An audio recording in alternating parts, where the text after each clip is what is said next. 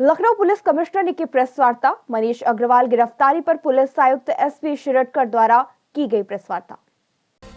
मनीष अग्रवाल गिरफ्तारी मामले पर प्रेस कॉन्फ्रेंस की गई। लखनऊ पुलिस कमिश्नर के मुताबिक विधिक और नियमानुसार कार्रवाई की गई। मर्यादाओं की सीमा पार कर ट्वीट किए गए अभियुक्त को मजिस्ट्रेट के सामने पेश किया जाएगा। मनीष पर कई मुकदमे भी दर्ज थे। एक राजनीतिक दल के सोशल मीडिया हैंडल द्वारा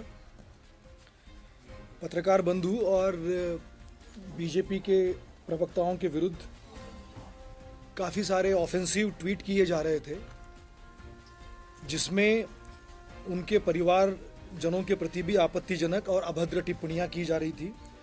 ऐसी लगातार शिकायतें प्राप्त हो रही थी। इन शिकायतों के पश्चात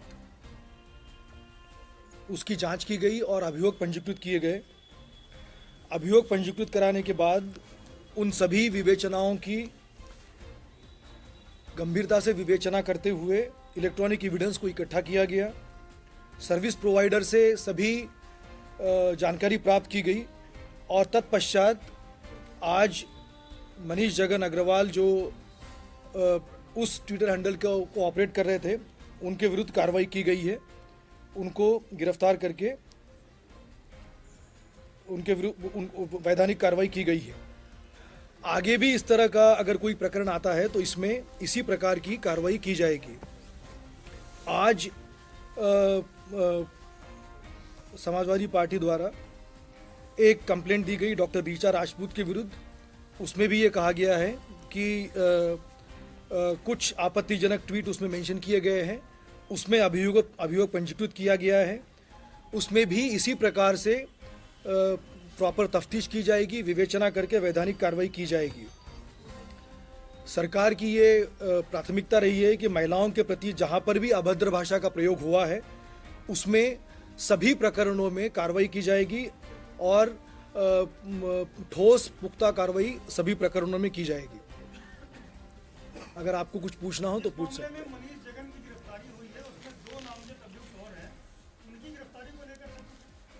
जैसा मैंने आपसे कहा कि विवेचना करने के बाद, सबूत इकट्ठा करने के बाद, एविडेंस इकट्ठा करने के बाद कार्रवाई की जाती है। सभी के विरुद्ध एक एक करके कार्रवाई की जाएगी।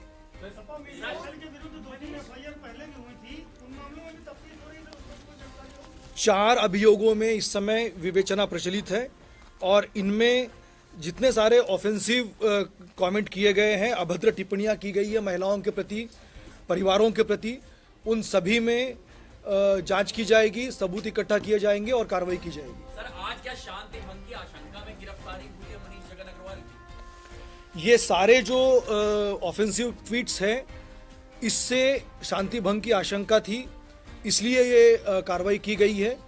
जो अभियोग पंजीकृत है, उन अभियोगों में जो सबूत इकट्ठा है उसमें न्यायालय के समक्ष उसमें रखा जाएगा और उन संबंधितों के वारंट बनवाए जाएंगे, उसमें कार्रवाई की जाएगी।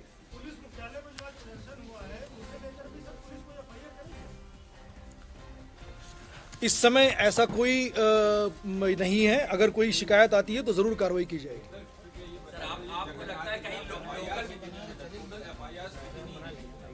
इस समय 4 एफआईआर है, जिसमें 2 में वो नामजद है, 2 में जो एफआईआर है उसमें ट्विटर हैंडल का नाम है, उसमें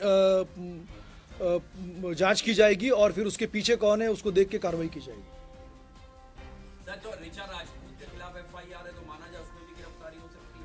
मैंने आपसे कहा कि ये 10-12 दिन की विवेचना के पश्चात, सबूत इकट्ठा करने के पश्चात कार्रवाई की गई है।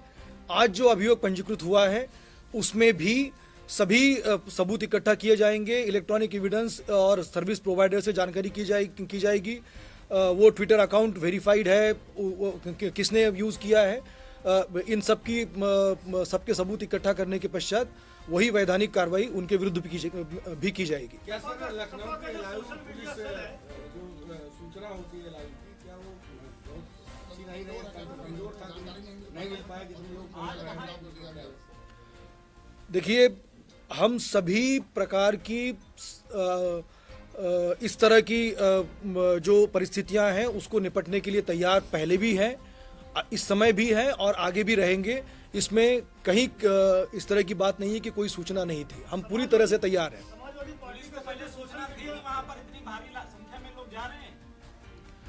पुलिस के वहां पर प्रबंध हमेशा रहते हैं और है, आगे भी रहेंगे और भी उसको पुख्ता किया जाएगा। सर वो तो मुख्यालय वहाँ तो प्रबंधन रहते ही, मतलब इतने लोग पहुंचे हैं, उसके बावजूद भी वहाँ पे इतनी बड़ी घटना होते हुए बची है। कोई वहां पर अंदर नहीं पहुंचा, इस तरह की बात नहीं है।